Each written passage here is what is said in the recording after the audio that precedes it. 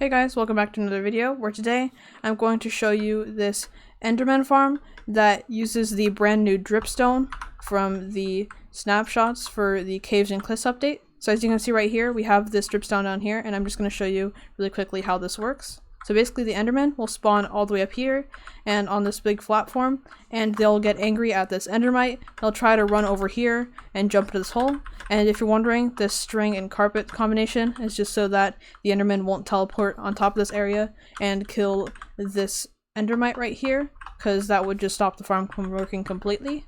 And then the Enderman will just try to jump up to the Endermite, fall down here, and land on this Dripstone and take a ton of extra fall damage. And this brings them down to a 1-tap, even with your fist. So if we enable mob spawning and I go into survival, you can see that I don't have any effects on me, so I don't have strength to help me kill them. But basically, if I just punch them, they're all 1-taps, and you can get levels very quickly from this. And you can also just use an endgame sword if you want to, like this netherite sword right here. You can also just use any sword that has sweeping edge and mending if you want to just AFK at this thing. And you could even, just for small amounts of times, just use a normal sword. So this kills them very effectively, as you can see there. And you can also just use a sword like this. This also kills them very well. But if you want to just AFK at this farm in late game, just to repair your tools and stuff, and elytra and stuff like that, then you can just AFK here with something like a netherite sword with all of your stuff on it. It actually doesn't matter what type of sword, because they're all one-shots. But if we just AFK here, you can just get a ton of levels, and this actually goes over the max amount of experience that the player can hold at once. So that's why I'm not able to pick up all the levels that are here without them just keeping coming into my inventory. So if we wait a little bit, we should see them disappear. This might take a while because it actually does get kind of clogged up. Okay, there we go. And then there goes all of the extra levels.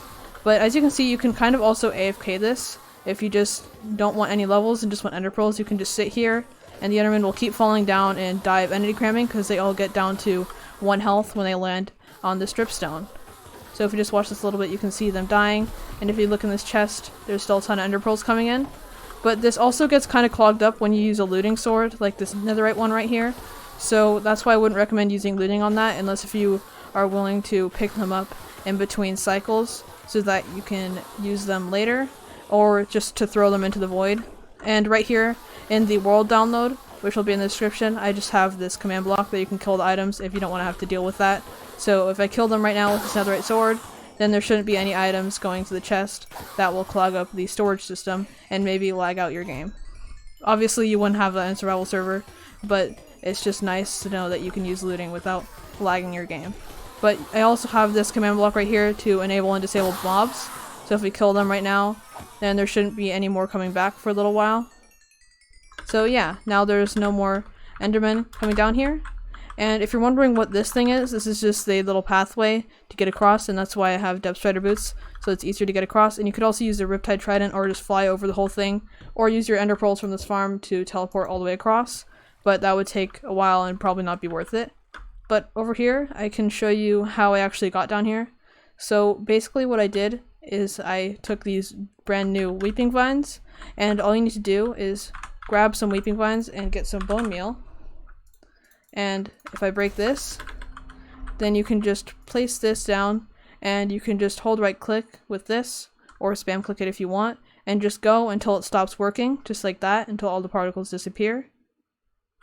And then if we come down here, and we can just go all the way down, then it should stop at the void. Obviously in this case it stopped at the slab at the bottom because that was a block in the way, but it would stop near the edge of the void. You should go to the edge. I'd recommend doing this at the top so that you don't die. And then you can just go down to the very bottom and place a block on the side once you get down to Y0. Or you can do it the classic way where you drip water off the edge and just place blocks downwards as you go. But that's a little bit unsafe, and so is this, I guess. But it's pretty unsafe in any way when you're getting down to the void. So yeah, that's it for this video. If you liked it, then please leave a like, and if you really enjoyed it, then please subscribe. And remember, there is a world download in the description for this if you want to check this thing out in more detail or build it for yourself in your own world. And that's it for now. Bye bye!